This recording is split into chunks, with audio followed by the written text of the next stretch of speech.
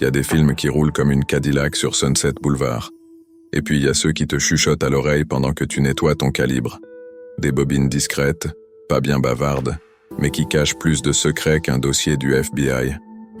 Aujourd'hui, on rouvre l'affaire Crack Up 1936. Un pilote, un sabotage, un espion qui fait pas de bruit, et un certain Peter Lorre qui te fixe comme si t'étais déjà coupable. Accroche-toi, mon pote, ça va pas sentir le cigare cubain. Mike Rétro, pour Bobard sur Bobine. Repérage 1936. Hollywood carbure aux screwball comedies, aux westerns rutilants et aux films de gangsters qui sortent leurs flingues entre deux gorgées de whisky sec. Et pendant que les grandes majors fourbissent leurs grosses artilleries, la 20th Century Fox sort un drôle de machin. Crack Up, signé Malcolm St. Clair. Pas un grand nom, mais un artisan sûr de lui. Un type de studio qui a roulé sa bosse depuis le muet. Ici, pas de femme fatale ni de détectives en impair. Non. Le héros, c'est un pilote d'essai. Ace Martin. Une gueule carrée, les nerfs tendus comme un câble de frein. Un gars droit dans ses bottes, jusqu'à ce qu'il se laisse embobiner par de faux alliés et que la ligne de vol dérape méchamment. Brian Donlevy, encore jeune mais déjà solide comme un bloc de granit, lui prête ses traits. Et face à lui, dans un coin sombre du casting, le grand Peter Lorre.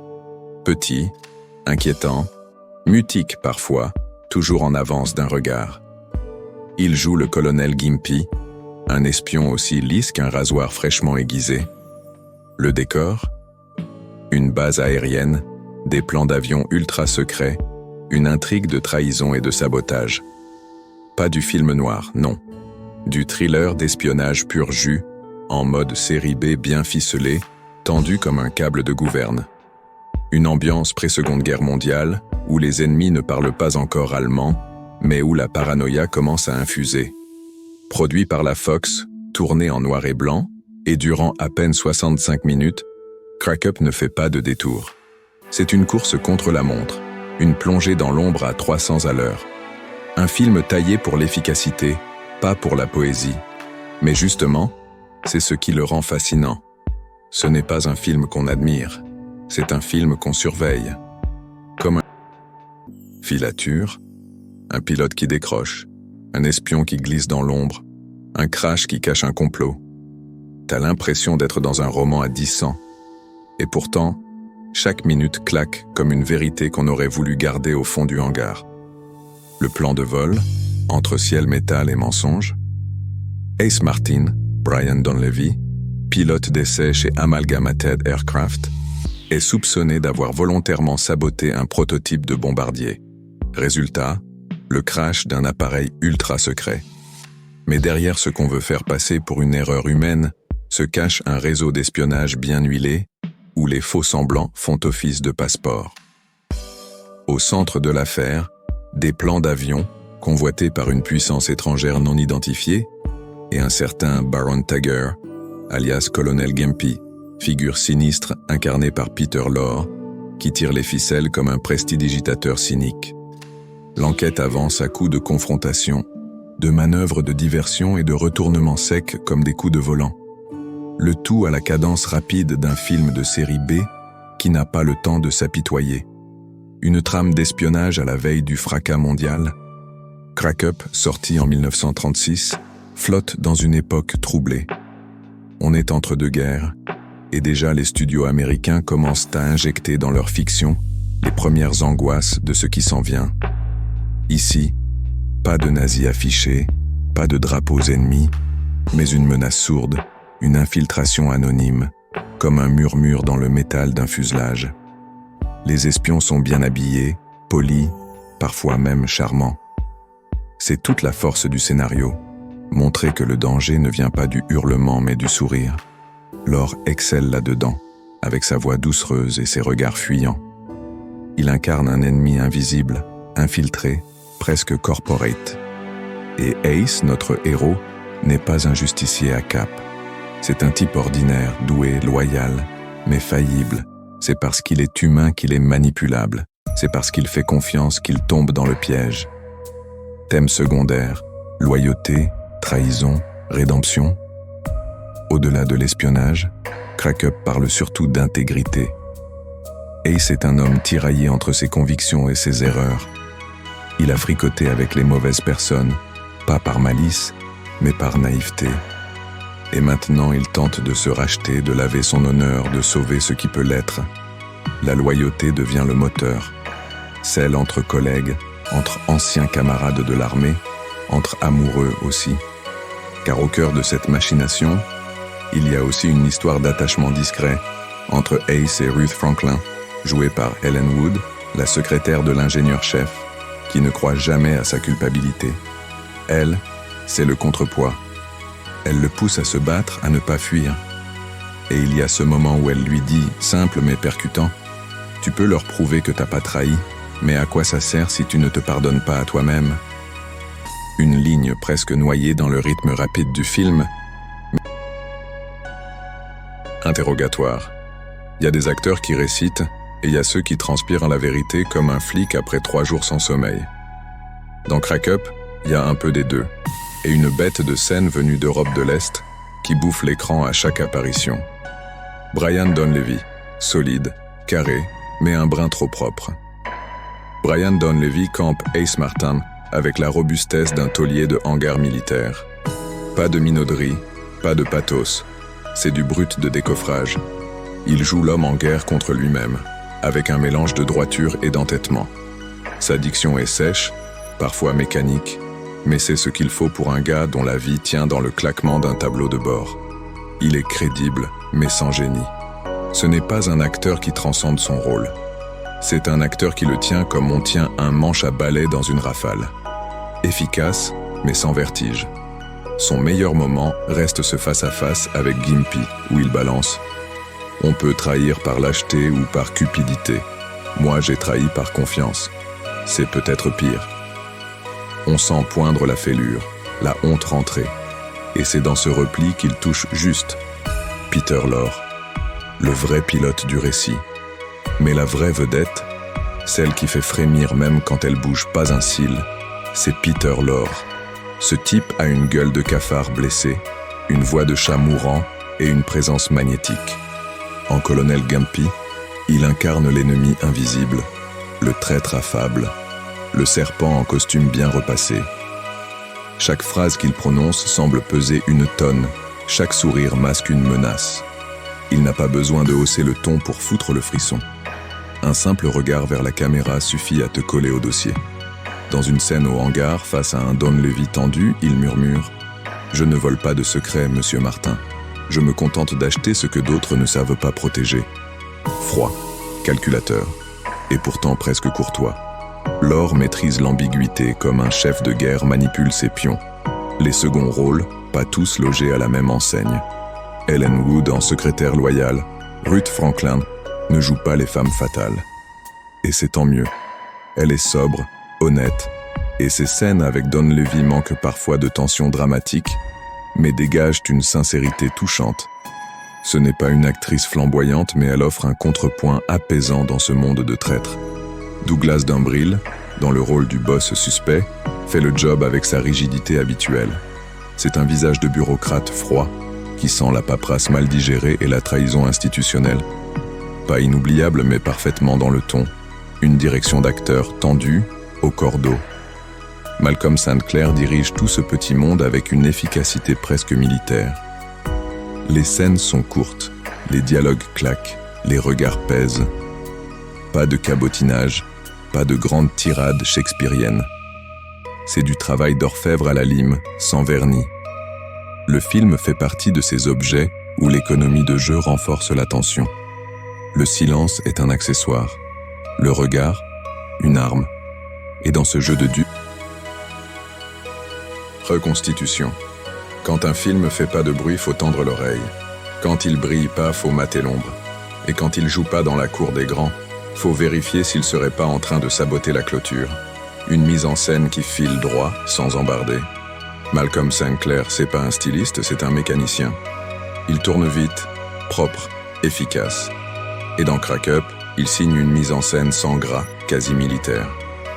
Il pose sa caméra là où ça fait mal, et il n'appuie jamais là où ça ferait joli. Le film évite les fioritures. Pas de contre-plongée spectaculaire, pas de grand travelling à la Capra. Mais une rigueur sèche. Le récit est monté comme un rapport d'ingénieur. Introduction, tension, retournement, point de rupture. Chaque scène sert l'intrigue. Même les silences ont un timing d'horloge. La séquence la plus marquante reste sans doute celle du hangar désert, où Ace Martin découvre que le prototype a été saboté sans qu'il le sache encore. Le silence est complet, seulement brisé par des pas sur le béton. La caméra reste fixe, puis zoome lentement sur le tableau de commande altéré. Pas besoin de musique ni de flashback. La tension est là, nue. Une photographie fonctionnelle, mais précise. C'est Barney McGill qui est à la manœuvre côté photo. Ancien de la Warner, c'est un artisan du clair-obscur sans les tics du genre. Pas encore du film noir à proprement parler, mais déjà une tendance au contraste marqué. Le hangar, encore lui, baigne dans une lumière coupée au scalpel. Ombre nette, ligne rigide, comme un monde où tout est compartimenté, surveillé, compartimenté. Les scènes de nuit, rares mais efficaces, exploitent les jeux de lumière pour traduire la tension mentale. Visage à demi dans l'ombre, silhouette projetée sur les murs, plafonnier vibrant. Pas de romantisme ici, juste de la géométrie menaçante. Une bande-son qui fait son travail sans se faire remarquer. Pas de Roy Webb ni de Miklos Rozsa ici. Le son est signé par le staff maison de la Fox, avec George P. Costello comme chef monteur son. La musique, souvent en retrait, s'appuie sur quelques nappes discrètes lors des moments clés, mais c'est surtout dans les effets que le film joue sa partition. Les moteurs d'avion, les sirènes, les portes qui grincent. Chaque bruit est utilisé comme une tension dramatique. La scène finale dans le cockpit, avec le grondement du moteur qui monte alors que Gimpy menace de tirer, c'est un modèle de crescendo auditif. Le son est le seul instrument de panique dans ce huis clos volant. Symbolique et efficacité narrative. On pourrait croire que le film n'a pas de sous-texte. Erreur. Il parle de contrôle, de perte de souveraineté. Ace est un pion dans un échiquier qu'il ne comprend pas. Il croit piloter mais il est manipulé. Un message en creux sur la désillusion moderne. Même les héros de l'air sont vulnérables à la ruse de l'intérieur. Le motif de l'avion, véhicule de liberté, de puissance, devient ici un piège. Ce n'est pas un outil de conquête, mais un nid de trahison. Et cette image finale, avec le crash volontaire de l'appareil dans l'océan, sonne comme une confession. Quand la machine est... Bouclage. Un film, c'est comme une opération discrète. Si tu l'as remarqué, c'est qu'il a raté. Si tu l'oublies, c'est qu'il t'a glissé entre les doigts. Et si tu y repenses 3 jours après, c'est qu'il a réussi son infiltration. Un film discret, mais pas effacé. Crack Up, c'est pas un blockbuster de son temps. Pas de grande promo, pas d'affiches flamboyantes, pas de star system en surchauffe. Et pourtant, il a tout pour intriguer. Un héros compromis, un espion glacial, un sabotage dans l'air, et une atmosphère tendue comme la toile d'un biplan en piqué. Ce film, c'est un artisanat de studio, de la série B bien taillée, monté à la chaîne mais pas sans âme. Il fait partie de ces petits films d'espionnage qui annoncent, à bas bruit, ce qui va devenir une obsession hollywoodienne 10 ans plus tard. L'infiltration, le soupçon, l'ennemi invisible. Il n'invente rien, mais il place ses pions avec une sobriété presque élégante. Et surtout, il te colle un Peter Lorre sous la peau, comme une démangeaison qu'on gratte sans jamais la calmer. Une perle pour les amateurs d'ombre. Aujourd'hui, Crack Up n'est pas étudié en fac de ciné, ni encensé dans les rétrospectives. Mais il reste, pour ceux qui savent regarder, une curiosité précieuse. Une esquisse, peut-être, de ce que seront les thrillers paranoïaques des années 40 et 50. Il n'a pas les moyens d'un Lang ou d'un Hitchcock. Mais il partage avec eux ce goût de l'ambiguïté, du doute, de la fragilité humaine face à la machine, qu'elle soit d'acier ou bureaucratique. C'est un film modeste, mais qui n'a pas à rougir. Il fait le boulot, et parfois mieux que les gros calibres trop huilés. Il dit des choses sans lever la voix, et il le fait en à peine plus d'1 heure, sans fioriture, sans trahison. Le mot du détective. Alors voilà. Si t'aimes les grosses ficelles, les explosions gratuites et les héros inoxydables, passe ton chemin. Mais si t'as le goût du discret, du grinçant, de l'inquiétude sous-jacente, alors Crack Up mérite ton attention. C'est pas un chef-d'œuvre, c'est pas un classique, mais c'est un rappel salutaire qu'on peut faire du bon cinéma sans crier, sans briller, juste en racontant une histoire solide avec des gueules qu'on n'oublie pas. Moi, je garde ce film dans mon tiroir. Pas loin, avec mes faux passeports, mes vieilles photos d'époque, et quelques... Conclusion finale. Le petit mot de Mike. Tu sais ce que c'est, un bon vieux film d'espionnage de série B? C'est comme un bourbon tiède dans un verre fendu. Tu sens que c'est pas du millésimé, mais ça te racle la gorge comme il faut, et tu sais que t'y reviendras. Crack Up, c'est pas le genre de bobine qui s'impose dans les dîners mondains. Personne va citer ça dans un cocktail à la cinémathèque en expliquant que la tension est quasi hitchcockienne. Et c'est tant mieux. Parce que ce film-là, c'est pas un costume en lin repassé. C'est un par-dessus râpé qui sent la sueur et le kérosène. Peter Lorre s'y balade comme un chat dans une fourrière. Brian Donlevy, lui, serre les dents comme un type qui a oublié comment sourire. Et le scénario? Un engrenage à l'ancienne, huilé à la suspicion et au patriotisme en embuscade. Tu te demandes pas si c'est crédible. Tu suis, tu t'accroches, et t'atterris sans te casser les dents, ce qui est déjà pas si mal.